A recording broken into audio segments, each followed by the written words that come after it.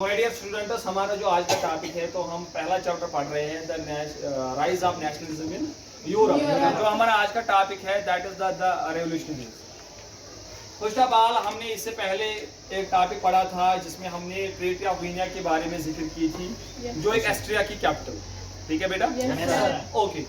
Now कि उसमें हमने ये पढ़ा था कि जब नेपोलियन को शिकस्त का सामना करना पड़ा 1815 में, तो नेपोलियन को शिकस्त का सामना क्यों करना पड़ा वो भी हमने पढ़ा प्रीवियस क्लास में।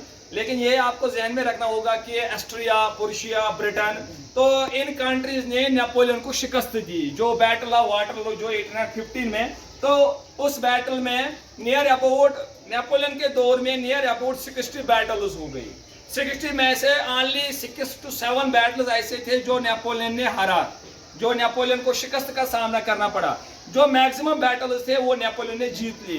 लेकिन एट लास्ट 1815 में नेपोलियन को शिकस्त का सामना करना पड़ा बैटल ऑफ वाटरलू में 1815 में, जहां पे ब्रिटेन, प्रुशिया, ऑस्ट्रिया, तो इन कंट्रीज ने नेपोलियन को शिकस्त दी। नेपोलियन के बाद अगर हम देखेंगे कि नेपोलियन की वजह से यूरोपियन कंट्रीज इंस्पायर हो गए थे, नेपोलियन सिविल कोड की वजह से जो उन्होंने 1804 में बनाया था वो हमने डिस्कस किया। लेकिन नेपोलियन के बाद एक मीटिंग का इनकाद हो गया, जो भी हमने कल पढ़ा था, ट्रीटी ऑफ वीनिया। तो वहां पे एक पॉइंट अगर हम देखेंगे कि जो उसका चांसलर बनाया गया था दैट इज ड्यूक मेटरनिख। तो वहां पे एक पॉइंट अगर आपको याद होगा, थोड़ा बहुत रिकैपिचुलेशन करेंगे, that is the censorship. That is censorship. हम उस बॉडी को कहते हैं, हम उस ऑर्गेनाइजेशन को कहते हैं जो लोगों के जो आइडियाज होते हैं, जो लोगों के थॉट्स होते हैं, जो लोगों का एक्सप्रेशन होता है, उनको वो चेक करते थे क्या ये सही है या गलत है। अगर उनको लगता था कि ये मोनार्कीज या एब्सोल्यूट मोनार्कीज या कंजर्वेटिव्स के फेवर में, तो वो उसको पब्लिश करने देते थे। अगर उनको लगता था कि ये बादशाह के फेवर में नहीं है तो उसको सीज करते थे, उनको पुनिश करते थे। That is called censorship. That is called censorship. लेकिन यहाँ पे जब ट्रीटी ऑफ वीनिया 1815 में जब मीटिंग का इनकाद हो गया, उसके पीरियड अगर हम देखेंगे नेपोलियन के बाद कंजर्वेटिव्स का दौर आ गया।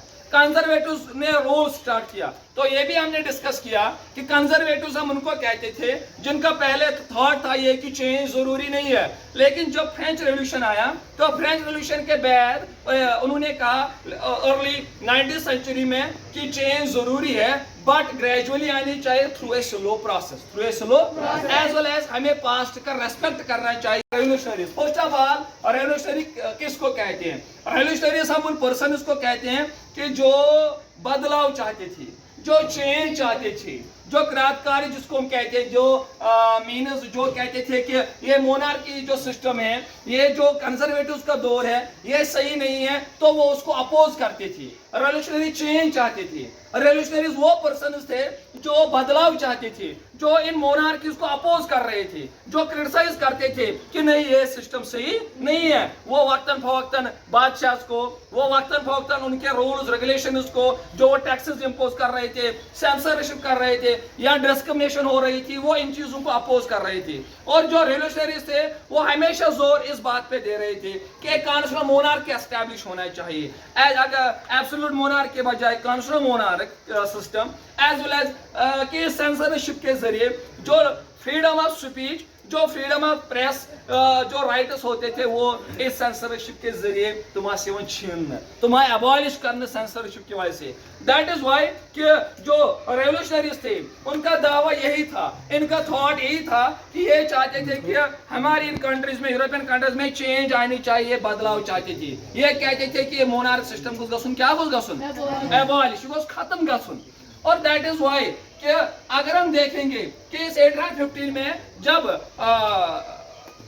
ट्रीटी ऑफ वीनिया में जब सेंसर एस्टैब्लिश किया गया, तो फिर इस 1815 और वेयर जो था, इसको कहते हैं वेयर ऑफ रिप्रेशन। ये याद रखना, क्या कहते हैं बेटा?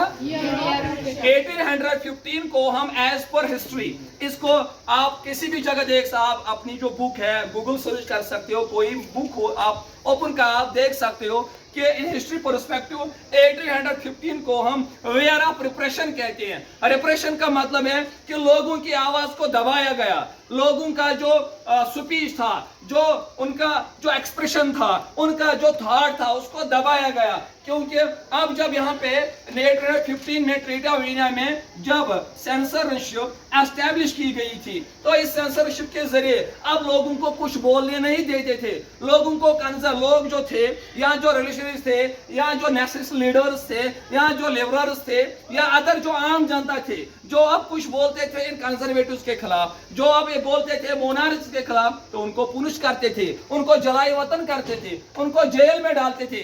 दैट इज वाई 1815 को कहते हैं वीयर ऑफ रेप्रेशन। इसीलिए बिकॉज ये वो साल था जब लोगों की आवाज को दबाया गया, जब लोगों की आवाज को दबाया गया, क्योंकि यही वो वीयर था, क्योंकि इसी वीयर में सेंसरशिप एस्टेब्लिश की गई थी, फ्रीडम ऑफ स्पीच प्रेस छीन लिया गया था लोगों से। अब वो कुछ नहीं बोल सकते थे अगेंस्ट मोनार्किस के खिलाफ या कंजर्वेटिव्स के खिलाफ। अगर हम इस रेवोल्यूशनरीज की बात करेंगे, जो सबसे जो प्रोमिनेंट रेवोल्यूशनरी, जो जिसका बहुत ज्यादा बोलबाला, जो आपका पहला ही क्वेश्चन है इस हिस्ट्री के पहला ही क्वेश्चन, शॉर्ट आंसर, पहले ही क्वेश्चन का पहला part, write a short note on Mississippi Mazzini, ये याद रखना।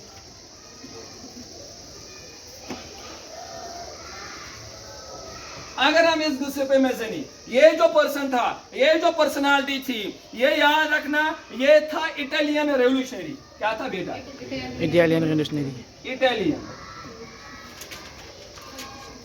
ये था इटालियन रेवोल्यूशनरी।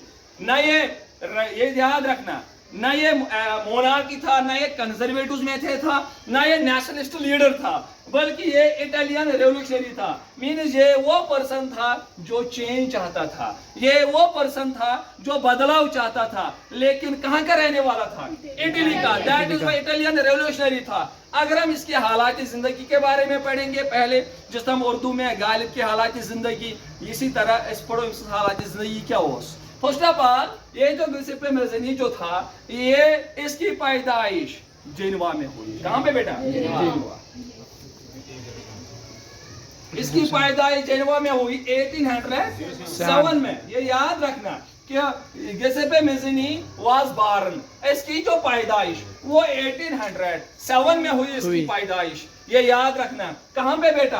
जेनेवा में। जेनेवा जो था, ये एक जगह का नाम है जो इटली का एक प्रोविंस है, वही का रहने वाला था, वही उसकी इसकी पैदाइश हुई।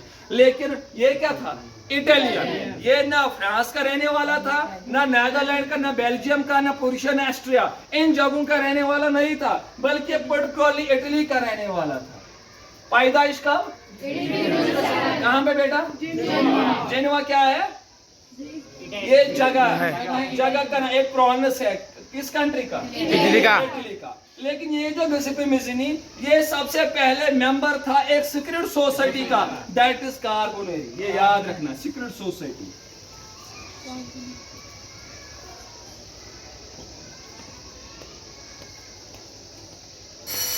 ये याद रखना, कार्बोनेरी।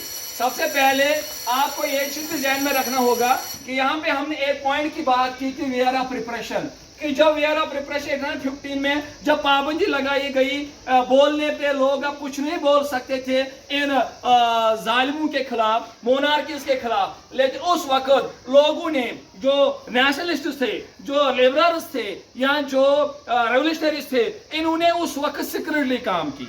सीक्रेटली का मतलब है अंडरग्राउंड काम की। ये याद रखना। क्या करता हूं? कौन अंडरग्राउंड, सीक्रेट। क्योंकि जब इनको पता चला कि हमें हमारी आवाज को दबाया गया, हमें जलाई वतन किया जा रहा है, हमें जेल में डाल रहे हैं, हमें पुनिशमेंट दे रहे हैं, दैट इज वाई फिर उन्हें कहा कि अब हम खुले आम रोडों पे, सड़कों पे, बाजारों में हम अब कुछ नहीं बोल सकते हैं। दैट इज वाई फिर जो ये लीडर्स थे, चाहे वो रिवोल्यूशनरी था, नेशनलिस्ट लीडर्स थे, चाहे वो लिबरल्स थे, चाहे लोग आम जनता में से कोई पर्सन था जो अपोज करना चाहता था किनके खिलाफ? कंजर्वेटिव मोनार्क के खिलाफ। उन्होंने कहा कि अब हम अंडरग्राउंड काम करेंगे। क्या करेंगे बेटा? अंडरग्राउंड काम। इन हिस्ट्री परस्पेक्टिव इसको कहते हैं हम सीक्रेट क्या कहते हैं हम, सीक्रेटली काम की। और वही यहाँ पे कि गिउसेप्पे मैज़नी जो था ये फर्स्ट एक मेंबर था एक सीक्रेट सोसाइटी का, जो कार्बोनेरी एक सीक्रेट सोसाइटी। बेटा ये किसी पर्सन का नाम नहीं है, ये किसी नेशनल लीडर का नाम नहीं है, ये किसी जगह का जो याद ये कम पर्टिकुलर इंसान सुन नाम, बल्कि कार्बोनेरी एक सीक्रेट सोसाइटी का नाम जो इटली इटली मजी बनोगी सीक्रेट सोसाइटी। और इसी सीक्रेट सोसाइटी अब कार्बोनेरी जो ये नाम है, तो इसी का मेंबर कौन था बेटा, Giuseppe मैज़नी। Daman गॉडनर Giuseppe मैज़नी was गॉडनिक person यमजन कास्तु Italy मस, और यही इस कार्बोनेरी जो सीक्रेट सोसाइटी इसका मेंबर था। अब हम इसके बारे में पढ़ेंगे कि गिउसेप्पे मैज़नी क्या थॉट है, वो इसने किस थॉट पे, किस आइडिया पे, किस बेस पे इसने काम किया, इसका पर्पस क्या था। इसका एक थॉट था कि इसका जो मेन एम था, मेन पर्पस था, that is the unification of Italy. याद रखना, that is unification of Italy. ये जो गिउसेप्पे मैज़नी ने इस पॉइंट पे काम किया कि मैं इटली को यूनिफाई करूं, क्योंकि जब इसने ये बात कही उस वक्त इटली डिफरेंट टेरिटरीज में, डिफरेंट प्रोविंसेस में बंट गया था, डिफरेंट इलाके इटली यूनिफाई किया, नेशन बनेमुत क्या, ये कोई पर्टिकुलर नेशन बनेमुत क्या, बल्कि डिवाइड गोमुत। जो इटली ये डिवाइड और डिफरेंट इलाकों पे डिफरेंट बादशाह किंगडम्स रूल करती थी। इटली यूनिफाई गोमुत, ये देश बनेमुत क्या, पूरा नेशन बनेमुत क्या। दैट इज व्हाई कि गिउसेप्पे मैज़नी ने काम किया इस पे, that is the unification of Italy. इसने कहा कि मैं इस इटली को यूनिफाई करूं, मैं हम एक कल्चर है, हम भाई है आपस में, मैं इस देश को यूनिफाई करूं, मैं एक इटली, मैं एक नेशन बनाऊंगा। लेकिन सबसे पहले इस गिउसेप्पे मैज़नी ने जब ये बात कही, सबसे पहले लिग्यूरिया में, कहां पे बेटा, Liguria coastal area, coastal town Italy का, तो वहां पे लिग्यूरिया, ये याद रखना, लिग्यूरिया ये जगह का नाम है। तो लिग्यूरिया में सबसे पहले गिउसेप्पे मैज़नी ने पॉइंट उठाया, अरे लोगों इस तरह का मसला है, हम बट गए हैं, हम डिवाइड होते जा रहे हैं, क्यों ना हम एक हो जाएंगे, हम एक नेशन बनाएंगे। लेकिन ये आपको पता ही है कि वेयर ऑफ रिप्रेशन, ये आपको पता ही है कि लोगों की आवाज को दबाया जा रहा था। दैट इज वाई बोलने पे पाबंदी थी। इसने कंजर्वेटिव्स के खिलाफ बोला, इसने मोनार्किस के खिलाफ बोला। दैट इज वाई कि इसको जलाई वतन किया गया। इसको क्या किया गया, इसको जलाए वतन किया गया। इस गिउसेप्पे मैज़नी ने जहां बात कही यूनिफिकेशन ऑफ इटली, सबसे पहले इसने कदम उठाया, इसने ये बात बोली लिग्यूरिया में। लिग्यूरिया एक जगह है, कहां का बेटा, इटली का। इटली में से जाया लिग्यूरिया तक तुझे मैमिश का। दैट इज वाई जब कंजर्वेटिव्स ने कंजर्वेटिव्स ने सेंसरशिप एस्टैब्लिश की गई थी, किसी को बोलने का हक नहीं था। दैट इज वाई जब इसने ये बोला तो इसको जलाई वतन किया गया। इसको क्या किया गया, जलाए वतन करना। अब हिस्टोरियंस बोलते हैं कि उस वक्त गिउसेप्पे मैज़नी जो था, यो इटालियन रेवोल्यूशनरी था, उस वक्त इसकी एज 24 इयर्स। कस वुरस तक तो डायरेक्ट 1807 में जाव ये प्लस करतोस बे 24। दैट इज व्हाई 77 कस गई 31 है ना बेटा, डिवाइड 2 या 1 सॉरी। तो यहाँ पे हमने डिस्कस किया कि जब गिउसेप्पे मैज़नी ने बात कही, जब इसने पहला पॉइंट उठाया लिग्यूरिया में यूनिफिकेशन ऑफ इटली, तो बोलने पे पाबंदी थी। मोनार्किस ने ऑलरेडी, ये जो कंजर्वेटिव्स ने ऑलरेडी सेंसरशिप एस्टैब्लिश की थी। तो दैट इज व्हाई जब इसने लिग्यूरिया एक टाउन है, कोस्टल एरिया है, कोस्टल टाउन है, कहां का बेटा, इटली का। दैट इज व्हाई जब इसने वहां पे बात बोली यूनिफिकेशन इटली में, इटली को यूनिफाई करूं, तो दैट इज व्हाई इसको जलाई वतन किया गया, इसको एक्साइल किया गया। तो उस वक्त ये 24 इयर्स इसकी एज थी, 24 इयर्स दबन तम साथ ओ सोवु वुरकुस गिउसेप्पे मैज़नी। और आप 1807 में जाव ये 1807 में इसकी पैदाइश हुई, 24 इयर्स का तो ऐड, इसका मतलब है 1831 में इसको जलाए वतन किया गया, एक्साइल किया गया गिउसेप्पे मैज़नी को। जब इसको एक्साइल किया गया, जलाए वतन किया, इस पर्पस के लिए कि अगर बोलने पे पाबंदी है, अगर सेंसरशिप एस्टैब्लिश की गई, अगर इस ईयर को ईयर ऑफ रिप्रेशन कहते हैं, तो आपने क्यों बोला पाबंदी थी, क्योंकि freedom of speech, freedom of press नहीं था लोगों के हाथ में। दैट इज वाई इसको जलाए वतन किया गया। जब इसको जलाए वतन किया गया उसके बाद तब भी इसने कंटिन्यूसली काम की, तब भी इसने अपना थॉट नहीं छोड़ा, तब भी इसने अपने इस थॉट पे यूनिफिकेशन ऑफ इटली पे काम किया, लेकिन इसने फिर अंडरग्राउंड काम की। क्या की बेटा? अंडरग्राउंड का मतलब है कि इसने गिउसेपे मैज़नी ने सीक्रेटली काम की। फिर इसने 2 सीक्रेट सोसाइटीज बनाई। किसने? एक सीक्रेट सोसाइटी का नाम है बेटा young Italy in Marseilles, another young Europe in Bernie.